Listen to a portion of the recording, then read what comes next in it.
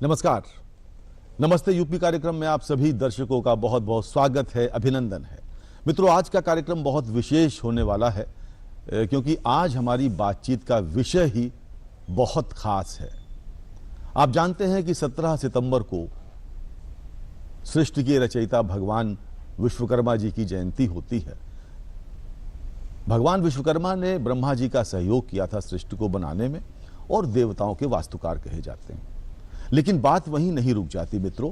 जब कोई राष्ट्र होता है तो उसे अनवरत ऐसे विश्वकर्मा की आवश्यकता होती है जो राष्ट्र के निर्माण में अपना भरपूर सहयोग दे सके, दूरदर्शी नेतृत्व दे सके और पूरे देश को अंतर्राष्ट्रीय फलक पर एक विकसित भारत के रूप में स्थापित कर सके। और हम सब सौभाग्यशाली हैं कि इस समय भारत में जो नेतृत्व है माननीय नरेंद्र मोदी जी के नेतृत्व में, हमारे आदरणीय प्रधानमंत्री के नेतृत्व में, वो अद्भुत नेतृत्व है। और 17 सितंबर को ही उनका भी जन्मदिन पूरे देश और दुनिया ने मनाया।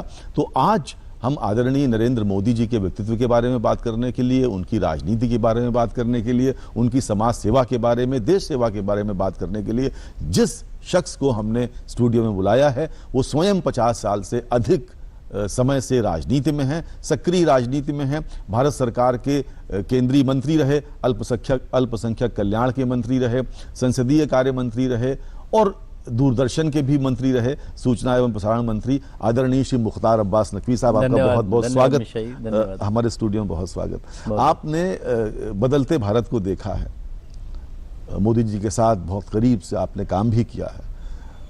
मेरे मन में तो पहला सवाल यही आ रहा है कि मैं आपसे पूछूं कि उनकी क्या बातें आपको बहुत प्रभावित करती रहीं। देखिए, ये एक चीज़ समझना होगा, नरेंद्र मोदी जी का जो शख्सियत है वो कोई सामान्य हालात और परिस्थितियों में आज विश्व के एक लोकप्रिय नेता के तौर से स्थापित होने वाली शख्सियत है।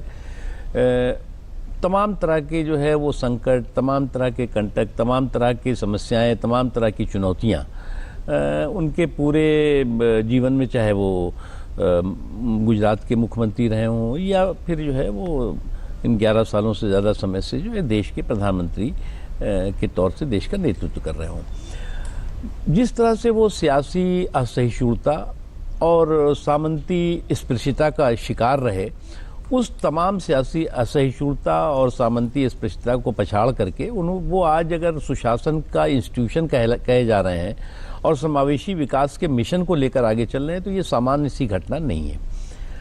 मैं इसलिए, आपने जब जिक्र किया मिशाई, तो मेरा तो ये सौभाग्य है कि उनके साथ जब वो जनरल सेक्रेटरी थे तो मैं सेक्रेटरी के तौर से पार्टी का काम करता था। उस वक्त सेक्रेटरी भी 3-4 हुआ करते थे और जनरल सेक्रेटरी भी 2-3 होते थे। उसके बाद वो गुजरात चले गए और मैं जनरल सेक्रेटरी के तौर से हुआ। और उस वक्त भी मुझे जो जिम्मेदारी मिली, जिन राज्यों का प्रभारी उस वक्त नरेंद्र मोदी जी थे, हरियाणा के थे प्रभारी, हिमाचल के थे, पंजाब के थे, जम्मू एंड कश्मीर के थे, ये सारे जिम्मेदारी भी मुझे उस समय दी गई थी। बाद में झारखंड जुड़ा, झारखंड जब नया राज्य बना तो ये तमाम चीज़ें थी। उनके अंदर जो एक काम करने का जुनून और जज्बा था, वो सामान्य सा जुनून जज्बा मैं नहीं देखता। वो एक सोच के साथ थे, जब हौसला बना लिया ऊंची उड़ान का तब देखना फजूल है कद आसमान का। क्या बात। उस संकल्प के साथ वो कितनी बड़ी से बड़ी चुनौती हो उस पर वो सफलता हासिल करेंगे ही, ये संकल्प के साथ करते थे। आपको याद होगा जब उनको 2000 के इर्द गिर्द जब गुजरात की जिम्मेदारी दी गई थी, बड़ा चुनौती थी, कितना बड़ा भूकंप था। पूरा के पूरा एक तरह से जो प्रमुख गुजरात के इलाके थे वो जमींदोज हो गए थे, ध्वस्त हो गए थे। और दुनिया कह रही थी कि एक नया नवेला जिसे कि जो शासन का अनुभव ही नहीं है, एक अनाड़ी व्यक्ति के हाथ में ऐसे समय में बीजेपी ने ये जिम्मेदारी दी है, वो क्या करेंगे, क्या चमत्कार करके और क्या एक 6 महीने के अंदर जो है वो हालात भी बदले, वो पूरा पुनर्निर्माण हुआ। और उस भूकंप को लेकर के वो देश, जहाँ पर देशों में कई जहाँ पे भूकंप आता है, जापान आता है या कई और देश, वो आए, आकर देखा कि साहब ये भुज जो कि एकदम बर्बाद हो गया था, ये पैसिफिक खड़ा कैसे हो गया। तो इसीलिए कहा ना, एक सकारात्मक और एक पॉजिटिव सोच के साथ वो काम करते रहे। हमारे देश के माननीय प्रधानमंत्री नरेंद्र मोदी जी का व्यक्तित्व कैसा है, उस पर आधारित आइए देखते हैं ये लघु फिल्म।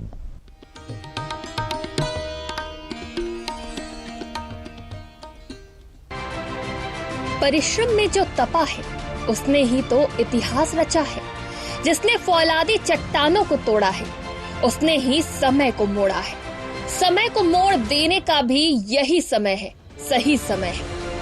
ये उद्घोष करने वाले हमारे प्रेरक, मार्गदर्शक, भारत निर्माण के दृष्टा और नए भारत के शिल्पी यशस्वी प्रधानमंत्री नरेंद्र दामोदर दास मोदी, जिन्होंने वैश्विक स्तर पर भारत को एक नई पहचान दिलाई और आज वो दुनिया के टॉप 5 पावरफुल लीडर्स के लिस्ट में शुमार हैं, जिन्हें पूरी दुनिया में पसंद किया जाता है।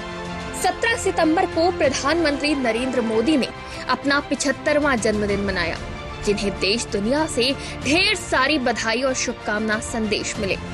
नरेंद्र मोदी भारत के प्रधानमंत्री के तौर पर आज देश का कुशल नेतृत्व कर रहे हैं, लेकिन उनका ये सफर इतना आसान नहीं था। 1950 में गुजरात के वडनगर में जन्मे मोदी की यात्रा एक छोटे से कस्बे के चाय विक्रेता से लेकर दुनिया के सबसे बड़े लोकतंत्र के प्रधानमंत्री बनने तक असाधारण और प्रेरणादायक है। किशोरावस्था से ही नरेंद्र मोदी में नेतृत्व, सेवा और दृढ़ता के गुण थे। वो सार्वजनिक भाषणों में निपुण थे और गरीबों का जीवन सुधारने का संकल्प रखते थे। उनके लिए सत्ता और सफलता से ज्यादा महत्वपूर्ण था अपने आदर्शों पर टिके रहना और संघर्ष करना। अपनी इन्हीं नीतियों पर चलते हुए साल 2001 में वो बने गुजरात के मुख्यमंत्री। 2001 में जब मोदी मुख्यमंत्री बने, गुजरात भूकंप से तबाह था। बहुतों को शक था कि वो इस संकट को संभाल पाएंगे, लेकिन कुछ ही वर्षों में गुजरात को आदर्श राज्य कहा जाने लगा। ज्योति ग्राम योजना से गांवों को 24 घंटे बिजली मिली। जल प्रबंधन से सूखाग्रस्त क्षेत्रों में कृषि पुनर्जीवित हुई। वाइब्रेंट गुजरात शिखर सम्मेलन से राज्य निवेश का केंद्र बन गया। इन सम्मेलनों में देश विदेश के शीर्ष पूंजीपतियों के अलावा विदेशी मंत्री, राजनयिक भी आए। बुनियादी ढांचा, उद्यमिता और सुशासन पर ध्यान देकर उन्होंने गुजरात मॉडल खड़ा किया, जिसने उन्हें राष्ट्रीय नेता बनाया। इसके बाद उन्होंने साल 2014 में बनारस से सांसद पद के लिए चुनाव लड़ा और प्रचंड बहुमत से जीत हासिल कर देश के प्रधानमंत्री के तौर पर सत्ता संभाली। प्रधानमंत्री नरेंद्र मोदी का विजय रथ यही नहीं रुका। देश में होने वाले हर छोटे बड़े चुनाव में प्रधानमंत्री के नेतृत्व में भारतीय जनता पार्टी ने कई चुनाव में प्रचंड जीत हासिल की और इसके साथ ही साल 2019 और साल 2024 में हुए लोकसभा चुनाव में भी भारी बहुमत से जीत हासिल कर लगातार 3 बार प्रधानमंत्री बनने का खिताब भी अपने नाम किया। प्रधानमंत्री नरेंद्र मोदी का 75वां जन्मदिन केवल व्यक्तिगत पड़ाव नहीं, बल्कि 25 वर्षों के सतत शासन और 75 वर्षों के संघर्ष का भी प्रतीक है। इन दशकों में मोदी ने शासन और राजनीति को नई दिशा दी और राष्ट्रवाद, ईमानदारी तथा सामाजिक कल्याण की प्रतिबद्धता का प्रतीक भी बने।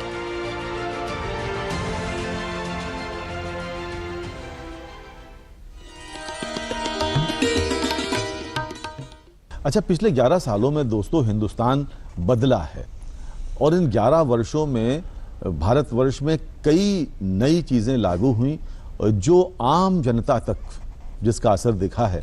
तो हम नकवी साहब से जानना चाहेंगे कि इन 11 वर्षों का हासिल जमा क्या है। देखिए, एक चीज़ आपको समझना होगा मिशा जी कि 11 साल जो है वो कोई सामान्य से साल नहीं रहे हैं। 2014 में जब जनता ने जनादेश मोदी जी को दिया तो वो दौर ऐसा दौर था कि पूरी तरह से जो व्यवस्था थी वो पूरी तरह से ध्वस्त हो चुकी थी, चरमरा चुकी थी। जो प्रधानमंत्री इंस्टीट्यूशन था उसकी जो गरिमा थी वो पूरी तरह से जो है वो धूल धूसित हो गई थी। एक प्राइम मिनिस्टर, उसके ऊपर सुपर प्राइम मिनिस्टर, उसके ऊपर डुपर प्राइम मिनिस्टर, उसके बाद से कितनी सरकारें और कितने सरकारों को कौन रिमोट से चलाता था, ये सारी की चीज़ें थी। एक तरह से पूरा डिमोलिश हो गई थी। जो इंस्टीट्यूशन की धाक और धमक होनी चाहिए उसको स्थापित करना। और आज जो है वो कोई नहीं कह सकता कि साहब ये प्राइम मिनिस्टर जो है कमज़ोर है। आज जो है इस प्राइम मिनिस्टर को कोई रिमोट से चला सकता है, एक चीज़। दूसरी चीज़ ये कि उस वक्त जो है वो सबसे बड़ी चुनौती क्या थी? करप्शन का माहौल था। आपने देखा पूरे देश में जो है वो हाहाकार मचा हुआ था कि लोग परेशान थे कि भ्रष्टाचार ये वो। उन्होंने आते ही सबसे पहले दिल्ली के सत्ता के गलियारे से सत्ता के दलालों की नाकेबंदी और लूट लाबी पे तालाबंदी की और जिसका ये इम्पैक्ट हुआ, असर हुआ कि उस तमाम आर्थिक संकट और कंटक के दौर में भी देश की अर्थव्यवस्था स्लोली स्ट्रांग भी होती गई और स्टेबल भी होती गई, मजबूत भी होती गई और महफूज भी होती गई। ये एक बड़ा परिवर्तन आया और ये परिवर्तन जो है वो मैं इस राजनीतिक रूप से अगर आप देखें तो ये पहली गैर कांग्रेस सरकार है जो बिना कांग्रेस के रिमोट और सपोर्ट के अपना निरंतरता के साथ तीसरा कार्यकाल कर रही है। उससे पहले क्या होता था, अटल जी की सरकार हुई, किस तरह के जो है वो षड्यंत्र हुए, साजिशें हुई, उन पर कफन चोरी का आरोप लगा दिया गया। जब करगिल में हमारे सेना जो है वो घुस करके पाकिस्तान की घुसपैठियों को और फौजियों को मार रही थी तो उन पर यहाँ पर कांग्रेस के लोग उस समय आरोप लगा रहे थे। उसके बाद सरकार आपने मालूम है कि दोबारा नहीं आई, लेकिन इनकी जब सरकार बनी तो लोगों ने कहा, पहले ही कह दिया था कि 14 में ही कहा था ये सरकार तो चलेगी नहीं, अपने खुद विरोधाभास में जो है वो गिर जाएगी। फिर दूसरी चीज़ कहा कि ये सरकार बन गई है तो जो है उसके साथ तमाम देशों के साथ, अरब देश हों, यूरोपियन कंट्रीज हों, उनके साथ कुट्टी हो जाएगी।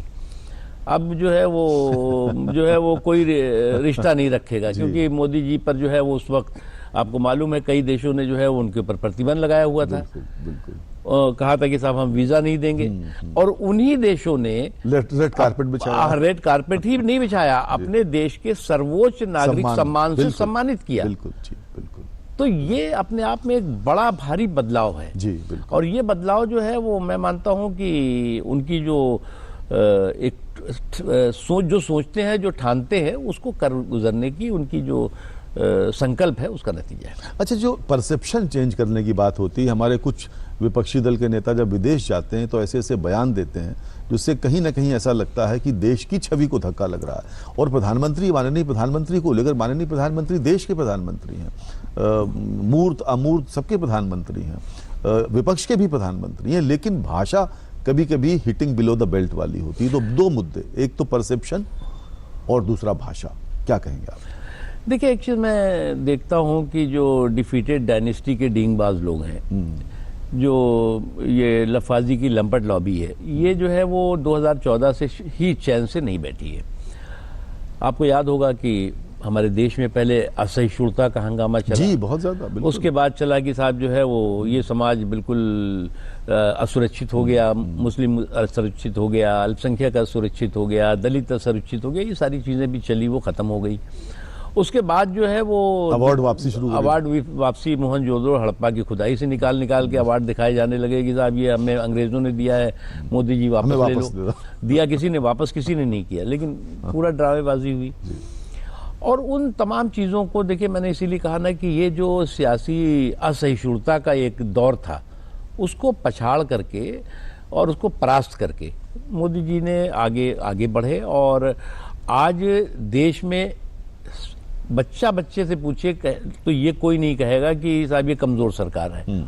लोग कहेंगे स्टेबल सरकार है, कैपेबल सरकार है, स्थायित्व के साथ काम करने वाली सरकार है और सुशासन के संकल्प वाली सरकार है। ये लोग कहते हैं, चाहे विरोधी भी हो तब भी वो भी ये नहीं कहते। दूसरी चीज ये कि इन 11 सालों में कोई सामान्य घटनाएं नहीं रही। आपने देखा कि पूरी दुनिया में युद्ध चल रहा था, पूरी दुनिया में जो है वो अलग अलग तरह के आर्थिक संकट थे, आर्थिक तंगी और मंदी का दौर चल रहा था, कोविड का भी दौर चला, अभी भी युद्ध चल रहा है बहुत से देशों में, आतंकवाद की जो है चुनौतियां सामने थी। उन तमाम चीजों के बावजूद हमारे देश के लोगों को, हमारे देश के नागरिकों को किसी भी तरह की किल्लत ना हो, किसी भी तरह की समस्या ना हो, उस संकल्प के साथ उन्होंने काम किया। पड़ोस में देखिए जो जो पाकिस्तान अपने को आतंक का अखाड़ा कहता है, लेकिन वहाँ आटे की आफत है।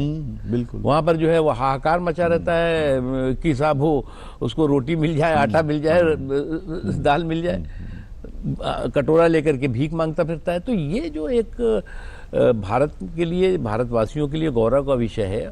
तो ये कुछ लोगों को, जिनको लगता था कि सत्ता पर उनका जन्मसिद्ध अधिकार है, जिन्होंने कि लगभग 6 दशकों तक डायरेक्ट इनडायरेक्ट केंद्र की सत्ता पर अपना कब्जा रखा, उनको लगता है ये आदमी कैसे जो है वो लगातार सफलता के साथ आगे बढ़ रहा है। तो उसमें फिर नए नए शगुफे शुरू हो गए, ऐसी पिटी हुई पटकथाएं आने लगी कि साहब जो है वो वोट चोरी हो जाती है, फिर जो है वो संवैधानिक संस्थाएं जो है वो बेईमान हो गई। ये सारी चीजें जो है वो यहाँ ही नहीं बल्कि विदेश में भी ये बात प्रसारित की गई।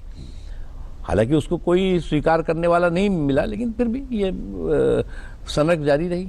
अच्छा, आप उनके साथ काम किया है, उनके व्यक्तित्व का कोई ऐसा अनछुआ पहलू आप हमसे शेयर करना चाहें जो लोग इस कार्यक्रम को देख रहे हैं, वो जो नई चीज को जानना। देखिए, बहुत से अनछुए पहलू हैं। मैंने तो कहा, एक तो उनकी जो सियासी अस्पृश्यता उनके प्रति थी वो बहुत थी, मतलब कई जगहों से आसपास मैं कहता हूँ थी, लेकिन उसको नहीं उन्होंने किया। लेकिन एक जो इम्पोर्टेंट चीज़ है चाहिए, मैं ये बात होगी 2002 की जी, जून में वो तब तक वहाँ गुजरात में दंगा वगैरह का भी शोर मच चुका था। वो वहाँ के मुख्यमंत्री थे और उस वक्त जो है वो राष्ट्रपति कौन हो उसकी जो है तलाश हो रही थी कि राष्ट्रपति के, जो अटल जी देश के प्रधानमंत्री थे उस समय, मैं जनरल सेक्रेटरी था। तो मुझे सुबह मोदी जी का फ़ोन आता है कि भाई आप लोगों को कोई नाम मिला? तो हमने कहा नहीं, तलाश हो रही है, देखिए अभी क्योंकि नंबर्स हमारे पास बहुत ज़्यादा नहीं हैं तो इसलिए बहुत टफ। तो उन्होंने कहा कि ऐसा है कि मैं एक सजेशन देता हूँ, आप लोग जो है वो APJ कलाम साहब, जो कि जिन्होंने मिसाइल की मैन के तौर से कहा जाता है, और उनको जो है वो उनके बारे में आप लोग जो है विचार करिए। तो उसके बाद मैंने ये बात पार्टी में और भी जो कुलीग्स थे उनको भी बताया। मैंने उनसे बल्कि कहा भी कि आप खुद ये बात कहिए। बोले नहीं, आप जनरल सेक्रेटरी हैं, आप इसको करिए और मेरा नाम बता दीजिएगा। खैर, वो सभी लोगों ने स्वीकार कर लिया और उसके बाद जो है वो कैंडिडेट बने और उसका असर ये पड़ा कि APJ कलाम साहब के कैंडिडेचर होते ही जो है वो मुलायम सिंह यादव जी ने उनको सपोर्ट किया, जो विरोधी थे लालू प्रसाद यादव जी ने सपोर्ट किया, कांग्रेस ने भी सपोर्ट किया। सिर्फ कम्युनिस्ट पार्टी ने अपना एक सिंबॉलिक कैंडिडेट खड़ा किया था उस समय, श्रीमती लक्ष्मी सहगल को। अदरवाइज सारे लोगों ने सपोर्ट किया और वो बम्पर वोटों से जीते। मैं दो चीज इसलिए घटना बता रहा हूँ कि देखिए, जब उस वक्त वो वहाँ के गुजरात के मुख्यमंत्री थे तो उन्होंने APJ कलाम साहब जैसा काबिल व्यक्ति जो है वो के लिए जो है वो कहा। उसके बाद जब वो प्रधानमंत्री बने तो उन्होंने जो है वो रामनाथ कोविंद जी, जो दलित समाज से आते थे, उनको जो है वो राष्ट्रपति बनाने में महत्वपूर्ण भूमिका निभाई। और अभी जो है वो एक दलित, एक बैकवर्ड, ये पिछड़े, इससे ट्राइबल समाज से आने वाली द्रौपदी मुर्मू जी जो है वो, तो उनकी जो संवेदनशील सोच है वो ये सामान्य सी सोच नहीं है। और मैं तो हमेशा इसीलिए कहता हूँ कि वही हकदार है किनारों के जो बदल दे बहाव धारों के। तो वो धारों के बहाव अभी देखा होगा आपने पूरी दुनिया में, क्या कुछ लोगों ने कहा कि साहब हम इंडिया की इकोनॉमी जो है वो डेड है और ये है वो है। उन्होंने जो है चुपचाप इसको जो है वो कहा कि हम इसको लड़ेंगे और ये इस तमाम जो चुनौतियां हैं उस पर हम सफलता हासिल करेंगे। और देखिए आज माहौल भी बदल रहा है, लोगों का जो लोग कहते थे उनका मूड भी बदलता दिखाई पड़ रहा है। अच्छा दोस्तों, आपने जिंदगी में अपनी देखा होगा, जब आप रफ्तार के साथ आगे बढ़ रहे हो, सफलता आपके कदम चूम रही हो, आपके निर्णय देश भर में सराहे जा रहे हो, लोग पसंद कर रहे हो, तो एक लॉबी ऐसी तैयार हो जाती है जो लगातार पीछे से बैक बाइटिंग करती रहेगी, कुछ ना कुछ प्रिकिंग करती रहेगी, हल्की सी कुछ चुभ होती रहेगी। लेकिन माननीय प्रधानमंत्री की एक विशेष बात हम लोग जो समझ पाते हैं कि वो हर बात का जवाब नहीं देते। वो अपने काम से काम, सीधा फोकस्ड, देश को तरक्की के रास्ते पर ले जाना है, सबका साथ, सबका विकास, सबका विश्वास, सबका प्रयास। और छोटी मोटी बातें जो तमाम लोग अगल बगल बोलते रहते हैं उससे जरा भी विचलित नहीं होते। क्या कहेंगे आप? देखिए, मैं एक चीज आपको समझना होगा, लीडरशिप में जो गुण होने चाहिए, लीडरशिप में जो वो जो है वो तमाम चुनौतियां, तमाम तरह के प्रहार वार, इनको जो है वो झेलता हुआ हताश और निराश ना हो, बल्कि जो है वो आगे बढ़े। और मैंने जैसा आपको अभी पहले भी कहा कि एक ऐसा कुंठित कुनबा है जो कंफ्यूजन क्रिएट करने के का माहिर बन गया है कि काल्पनिक कन्फ्यूजन क्रिएट करो, कह दो कि देश में ये जो है संविधान की पर चुनौती आ गई है, फिर देश में जो है लोकतंत्र पे चुनौती आ गई है, फिर ये सारी चीज़ें ये इन तमाम चीज़ों के कुछ लोग जो है वो माहिर हो गए हैं। और उसी का नतीजा है कि ये सारे के सारे लोग जो है इनकी अभी हार की हैट्रिक बनी है, और अगर यही करते रहे तो वो हार के हिस्ट्री शीटर कुछ दिनों बाद बन जाएंगे। लगातार उनकी इस तरह की गतिविधियां चल रही हैं।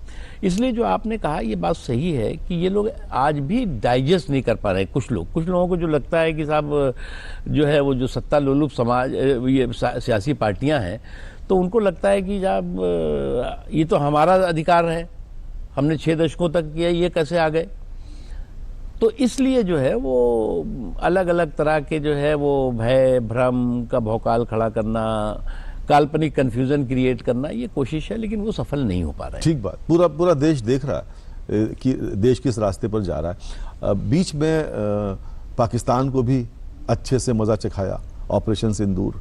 तो ये देश अब खुल के कहा उन्होंने कि परमाणु भपकी से हम नहीं डरते, अब परमाणु भपकी देने के दिन चले गए।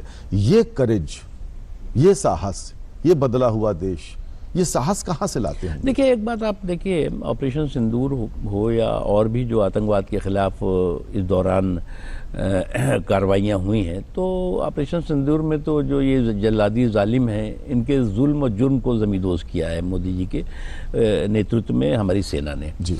और जो इनका जुल्म और जुर्म को ज़मींदोज़ किया है वो जन्मांतर याद रहने वाला उनको ज़ख्म दिया है, और वो ज़ख्म हमेशा जो है वो उनको जो है परेशान करता रहेगा। लेकिन अफसोस की बात है कि इस पूरे के पूरे इस जो आतंकवाद के खिलाफ लड़ाई है उसमें चोट तो कराची को लगी, लेकिन चीख जो है वो कांग्रेस पार्टी की सुनाई पड़ी।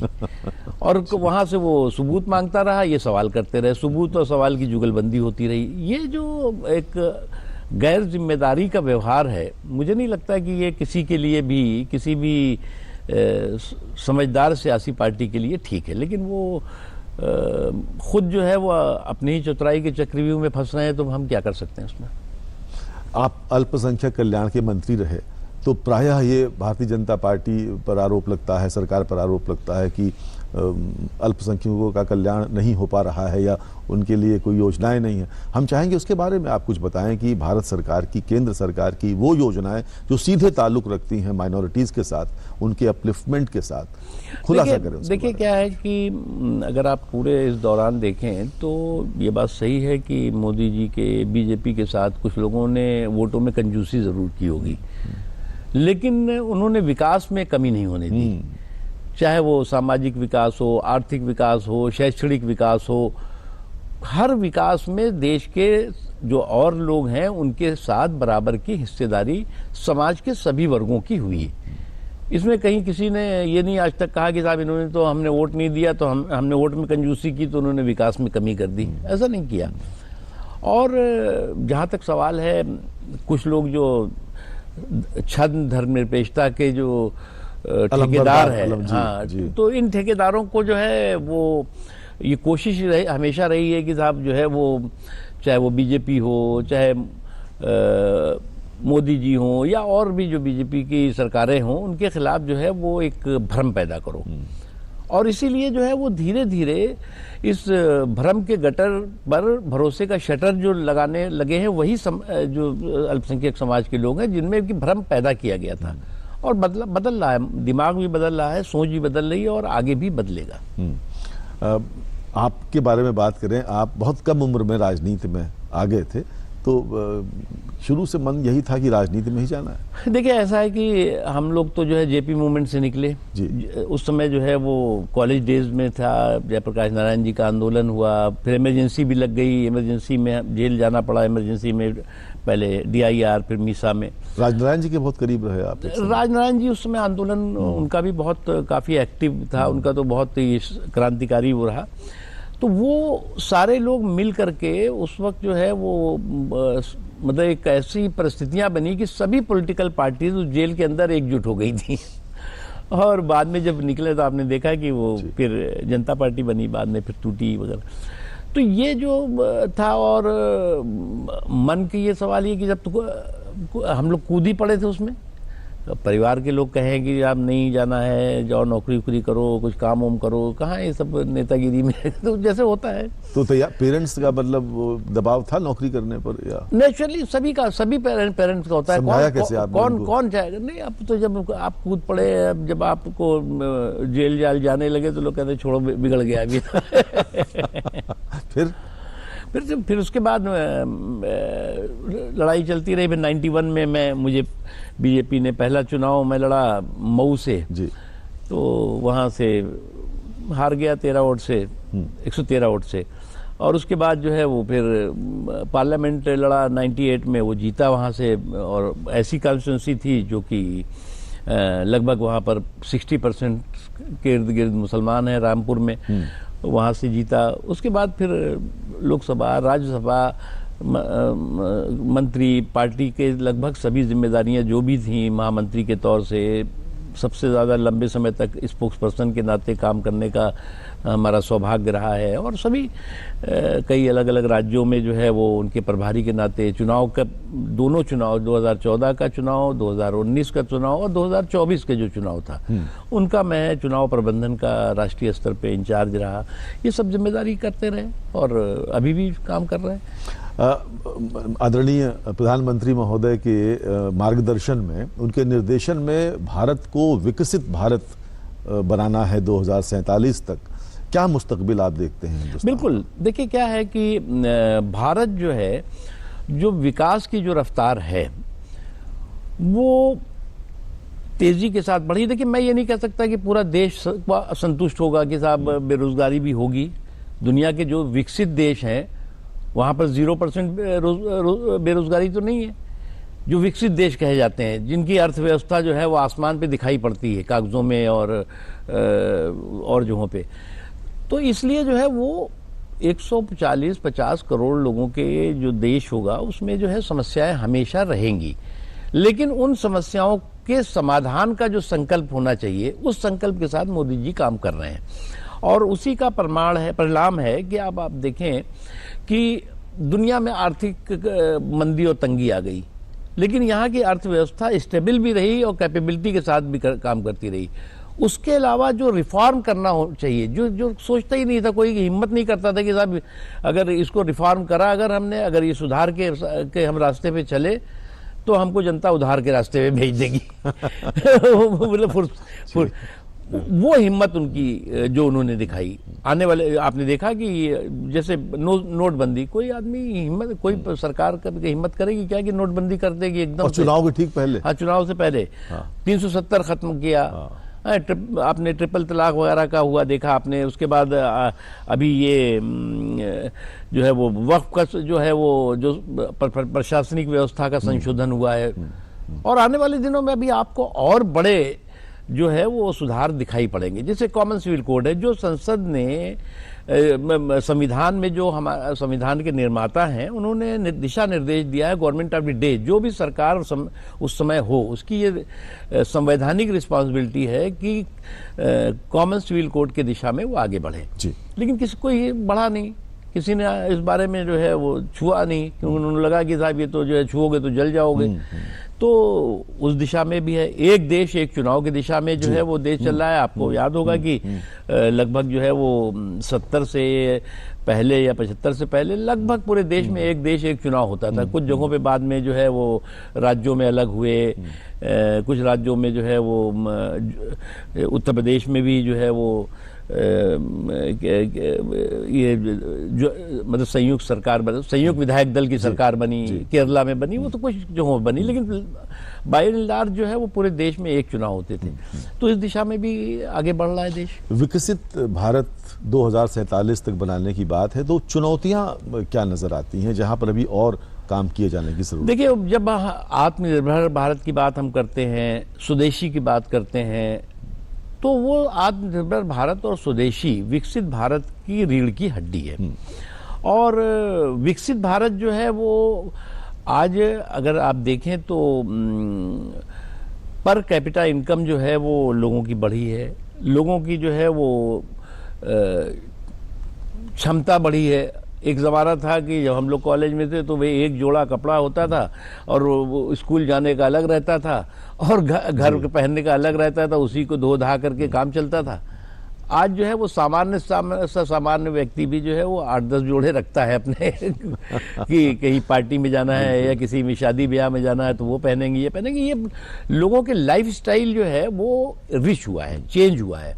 और ये बात मैं शहर के आपके लोगों के लिए नहीं बता रहा हूँ, गाँव में भी अब आप किसी भी गांव में चले जाएं, आपको जो है वो मोटरसाइकिल तो कॉमन है, मिल जाती है, कारें मिल जाएंगी, ट्रैक्टर तो सब जहाँ लगे। पहले तो ट्रैक्टर कहीं दिखता नहीं था, मोटरसाइकिल नहीं दिखती थी। तो ये जो चेंज है लाइफस्टाइल, यही विकास की जो है वो पैरामीटर्स होते हैं कि जो नागरिक है उनका जो है वो जीवन जो है वो कितना परिवर्तित हुआ है, बदला है।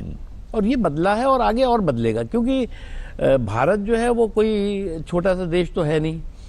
और हमारे खाली जो है हम कोई एक संसाधन हमारे पास ऐसा नहीं है, केवल एक, जैसे कुछ देश हैं उनके पास तेल है भाई, तो उनके पास वो संसाधन है जिसके भरोसे वो जो है वो सब कुछ उसकी जिम्मेदारी कर रहे हैं वो।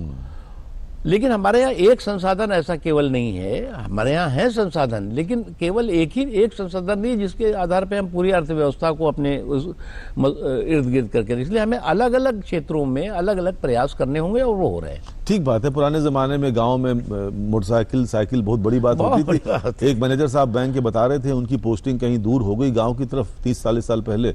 बोले मोटरसाइकिल से हम जा रहे थे, बच्चों का झुंड पीछे पीछे दौड़ता था, हमें बंदर समझते थे, वो बुलाते थे ले बंदरुआ रोटी, ले बंदरुआ। हाँ, ये फैक्ट है, फैक्ट है। आप मोटरसाइकिल गांव में चली जाए तो कम से 100 बच्चे उसे भागने लगते। अरे ये तो छोड़िए, आप एक समय जब चुनाव था, मैं खुद अपने चुनाव की बात कर रहा हूँ 91 की, उससे पहले तो बहुत ही रहा होगा।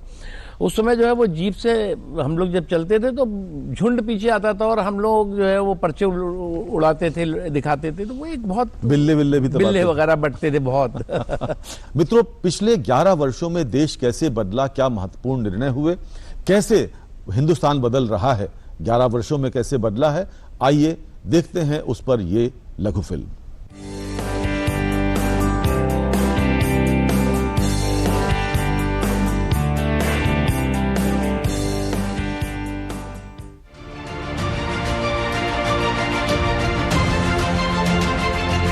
प्रधानमंत्री नरेंद्र मोदी ने 2014 में जब सत्ता संभाली, तब से ऐसे बड़े बड़े फैसले लिए कि पूरी दुनिया में उनका डंका बजने लगा। उनकी मजबूत नेतृत्व क्षमता और दमदार छवि ने उन्हें विश्व स्तर पर लोकप्रिय नेता बना दिया। प्रधानमंत्री नरेंद्र मोदी ने अपने 11 साल के कार्यकाल में ऐसे कई फैसले लिए जो मील का पत्थर साबित हुए। इन फैसलों ने न सिर्फ भारत को मजबूत किया बल्कि आत्मनिर्भर भी बनाया। तो चलिए आज आपको बताते हैं प्रधानमंत्री नरेंद्र मोदी के कार्यकाल में उठाए गए वो बड़े कदम जो न सिर्फ भारत बल्कि विदेशों में भी चर्चा का विषय बने। मोदी सरकार ने रक्षा क्षेत्र में आत्मनिर्भरता पर जोर दिया, जिससे देश आयात पर निर्भरता कम कर सके और स्वदेशी उत्पादन को बढ़ावा दिया जा सके। आधुनिक मिसाइल, लड़ाकू विमान और ड्रोन रोधी कई स्वदेशी हथियार प्रणालियों का सफल विकास किया गया। देश की रक्षा के साथ साथ पीएम नरेंद्र मोदी ने महिलाओं की रक्षा पर भी सबसे ज्यादा बल दिया। मुस्लिम महिलाओं के विवाह अधिकार संरक्षण के लिए 3 तलाक कानून बनाया गया। अब तक 3.98 करोड़ गर्भवती एवं स्तनपान कराने वाली महिलाओं के लिए 18,593 करोड़ रुपए PMYY के तहत वितरित किए गए।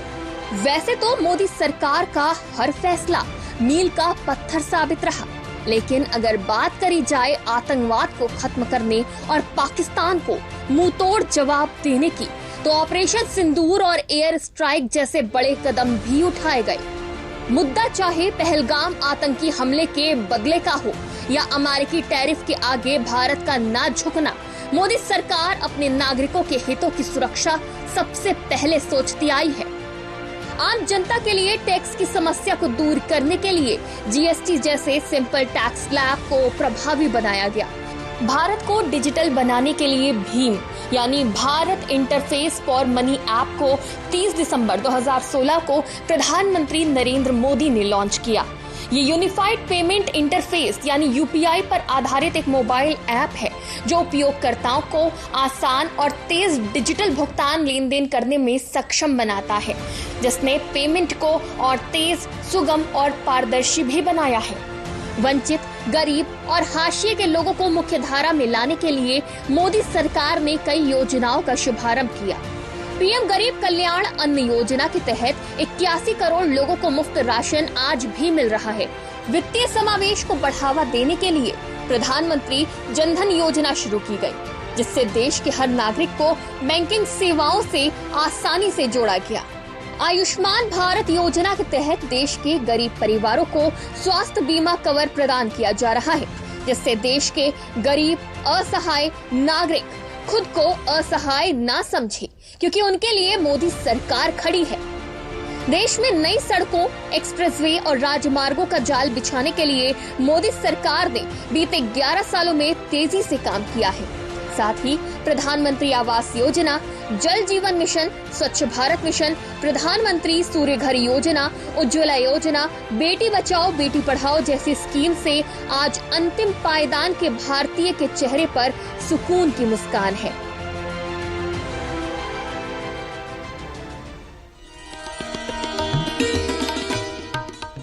मित्रों, याद दिला दूं आपको, नमस्ते यूपी में आज हम बात कर रहे हैं आदरणीय श्री मुख्तार अब्बास नकवी साहब के साथ। नकवी साहब का परिचय मैं आपसे क्या बताऊं। 3 बार केंद्रीय मंत्री रहे हैं, भारतीय जनता पार्टी के राष्ट्रीय महासचिव हैं, 50 साल से ज़्यादा सक्रिय राजनीति में आपने वक्त गुजारा है। हम सौभाग्यशाली हैं कि आज स्टूडियो में हमारे साथ हैं और हम लोग आधुनिक भारत के शिल्पी आदरणीय माननीय प्रधानमंत्री नरेंद्र मोदी जी के बारे में, उनकी शख्सियत के बारे में, देश की वर्तमान हालात के बारे में, बदलते हिंदुस्तान के बारे में हम आज चर्चा कर रहे हैं। एक सोशल मीडिया नाम का एक सिस्टम देश में बड़ा प्रचलित है, तो ये सोशल मीडिया भ्रमजाल भी फैलाता है और लोगों को एम्पावर भी करता है, तो इस पर क्या टिप्पणी देंगे आप? देखिए, मैं हमेशा एक बात समझिए आप, ये जो सोशल मीडिया है ना, इसमें सावधानी हटी दुर्घटना घटी। क्या है कि सोशल मीडिया जो है वो, जो आपने कहा कि एक इंफॉर्मेशन का भी एक जरिया है, कम्युनिकेशन का भी एक साधन है, संवाद का भी एक साधन है, और सोशल मीडिया का जो उरूज है वो मेरी समझ से 2 दशक से ज़्यादा उसका समय नहीं है। और जब 2000 के इर्द गिर्द सोशल मीडिया की एक तो शुरुआत हुई, तो उस वक्त जो है वो बहुत ज़्यादा उसका कोई इम्पैक्ट नहीं था। लेकिन इन पिछले 1 दशकों या 1.5 दशकों में अगर आप कहें, तो आज को सोशल मीडिया गांव-गांव में, घर-घर में जो है वो ज्ञान ग्रंथ बन गया है, और कुछ जगहों पे तो वो धर्म ग्रंथ बन गया है। जो उसमें आ गया वो पत्थर की लकीर। और सोशल मीडिया में एंटी सोशल एक्टिविटीज़ ज़्यादा आपको दिखाई पड़ेंगी, क्योंकि उसमें न खाता न बही, जो कहे वही सही, और उन लोग मान लेते हैं साहब इसमें तो ये आ गया था। आज जो है वो आपका दूरदर्शन या आपकी ये जो और जो चैनल्स वगैरह है, इससे ज़्यादा जो है लोग ये जो आपके मोबाइल है उसको उस पर देखते हैं, रील देखते हैं। और वो जो है वो मिसलीडिंग ज़्यादातर होती हैं, फेक एंड फैब्रिकेटेड किस्से कहानियाँ गढ़ी दिखाई देती हैं। क्योंकि मुझे एक बार याद है कि मैं उस वक्त ये अपोजिशन में थे, तो प्रणब मुखर्जी साहब देश के फाइनेंस मिनिस्टर थे। तो उस वक्त जो है वो कोई इशू था, मैंने हाउस के अंदर उस पर कहा था, तो उन्होंने बाद में मुझसे कहा कि आइए एक बार बैठते हैं आपके साथ। तो हम बैठे। उनका आपने ये जो पूरा डिटेल और डाटा वगैरह है कहाँ से लिया? मैंने कहा मैंने गूगल से लिया। उनका कि नहीं, देखिए एक चीज़ मैं बताऊं, आप गांठ बांध लीजिए कि आप जो भी आपका डाटा हो सोर्स देखिए। आप गूगल पे उसी के जो है वो 200 आपको जो है उसी तरह के जो है वो डिटेल मिल जाएंगे, क्योंकि वो खुद को उसका आपका कुछ नहीं है, जिसने जो डाला वही घुमाता फिरता है। बिल्कुल। तो आज भी जो है वो ऑथेंटिक बुक्स हैं, उस पर ये विश्वास करिए। तब से मैंने पार्लियामेंट में जब बोलता था, तो मैं जो है वो पार्लियामेंट की लाइब्रेरी या मेरे पास जो किताबें थी उसका अध्ययन करने के बाद बोलता था, गूगल देख करके नहीं। आज जो है वो एक पढ़ने लिखने का भी बहुत किसी को चार्म रह नहीं गया है, चाव भी नहीं रह गया है, चाहत भी नहीं है। बिल्कुल। तो अभी कुछ को 1 मिनट में कहेंगे साहब मैं निकालता हूँ उसमें। हाँ, बिल्कुल। अब वो सोर्स कोई नहीं देखता कि वो जो दे रहा है गूगल, वो उसका सोर्स क्या है, वो कहाँ से उसके पास वो इंफॉर्मेशन आपको पहुंचा रहा है। वो लिखता है उसमें, सोर्स भी लिखता है। तो एक ही चीज पे आप अगर कहेंगे कि ये मेज है, तो इस मेज पे वो 2000 आपको जो है वो चीजें बता देगा। बिल्कुल। अब आपको कहेगा जो अच्छा लगे उसे अपना लो, जो बुरा लगे उसे जाने दो। और वो विवेक कोई नहीं करता, कोई नहीं करता। वो जो आ गया बस उसी को इंटरप्रिटेशन शुरू हो जाता है। तो पिछले 11 वर्षों में जो भारत बदला है, जिसमें कई ऐसे ऐतिहासिक निर्णय माननीय प्रधानमंत्री महोदय के निर्देशन में हुए हैं जिन्होंने देश को बदला है। डिजिटल पेमेंट की हम बात करें या स्वच्छ भारत की बात करें, कौन सा निर्णय आपको लगता है, 1 या 2 मैं आपसे पूछूं, जिसने पूरे देश में क्रांति सी लाई है? तो आप क्या देखिए, मैं एक्चुअली क्या है कि पहले क्या सरकारें जो करती थी वो 1-2 घोषणाएं कर देती थी और 1-2 फैसले भी कर लेती थी और उसको जो है भुनाती रहती थी पूरे 5 साल, 10 साल, 20 साल। मोदी जी के समय में इतने ज्यादा पॉजिटिव फैसले हुए हैं, जनहित के फैसले हुए हैं, जिसको कि आप एक खाने में नहीं रख सकते। लेकिन एक चीज जो मुझे सबसे ज्यादा प्रभावित करती है, जिस वक्त मोदी जी आए और उन्होंने कहा कि जो लोग भूल गए इस बात को, मैं इसलिए आपको याद दिला रहा हूं कि जिन लोगों ने, जो संपन्न लोग हैं, जिनके पास जो खर्च कर सकते हैं, वो गैस सब्सिडी छोड़ दें। याद है मुझे, बिल्कुल। और स्वेच्छा से छोड़ दें, कोई इसमें सरकार ने कोई लगाम नहीं लगाई थी। उसके बाद जो है वो संख्या मुझे याद नहीं, करोड़ों लोगों ने स्वेच्छा से जी गैस सब्सिडी छोड़ी। ये घटना, गांधी जी ने एक समय कहा था कि विदेशी कपड़ों का जो बहिष्कार करो, लोगों ने जो है वो विदेशी कपड़ों की होली जलाना शुरू कर दी थी। और उसके बाद जो है इस देश में ये दूसरी घटना होगी जिसमें कि कोई देश का राजनीतिक नेता, प्रधानमंत्री ये कह रहा हो कि आप गैस सब्सिडी छोड़ो, गरीबों को उसको जाने दो। और करोड़ों लोगों ने उसको छोड़ दिया। मतलब कुछ लोगों ने बाद में जो शर्म से भी जो है वो छोड़ा गया, जब गैस लेने गए उनका साहब आप तो आपने सब्सिडी नहीं तो उसका फायदा हुआ कि आपने देखा कि कितने लोगों को उज्ज्वला के नाम के उससे कितनी बड़ी संख्या में गरीबों को आज मिल रहा है। ये कई इस तरह की घटनाएं हैं, जो घटनाएं कि मुझे लगता है कि इतिहास में हमेशा दर्ज रहेंगी। अच्छा, 9 दिन का व्रत रहते हैं नवरात्र में। हाँ, केवल नींबू पानी पीकर, और नवरात्र आने वाले हैं, बहुत ही एनर्जी कहाँ से लाते हैं? उनका जीवन जो है बहुत ही नियम और संयम वाला है, सादगी है। और दूसरी चीज ये कि वो बहुत अगर आप देखें तो उनके जो तपस्या की ताकत और परिश्रम का परिणाम है वो कोई सामान्य व्यक्ति नहीं कर सकता। जी, जी। क्योंकि जितनी वो परिश्रम करते हैं, जितनी मेहनत करते हैं, और आज की तारीख में जो है वो उनके कंधों पे पूरे देश के चुनाव का भी बोझ उन्हीं के कंधों पे, शासन को चलाना उनकी जिम्मेदारी और उनके कंधों पर। ये अपने आप में जो है वो एक बड़ी बात है। और मैं देखता हूं कि उनमें जो है वो कभी भी जो है वो थकान आपके उनके चेहरे पे भी नहीं दिखेगी और ना ही जो है वो महसूस किसी आप कर पाएंगे। मित्रों, नमस्ते यूपी में आज हम बात कर रहे थे पूर्व केंद्रीय मंत्री श्री मुख्तार अब्बास नकवी साहब से। मुख्तार अब्बास नकवी साहब भारतीय जनता पार्टी के वरिष्ठतम नेताओं में से एक हैं, महामंत्री हैं भारतीय जनता पार्टी के राष्ट्रीय। और आज हमने उनसे माननीय प्रधानमंत्री के विषय में, बदलते हुए देश के विषय में विस्तार से बातचीत की। तो हम अब शुक्रिया कहेंगे नकवी साहब को हमारे स्टूडियो में आने के लिए। आपका बहुत बहुत धन्यवाद। और मित्रों, आप सबका बहुत बहुत धन्यवाद अपने घरों में बैठकर नमस्ते यूपी को देखने के लिए और उसे सराहने के लिए। तो हमारी पूरी टीम की ओर से नमस्कार, धन्यवाद।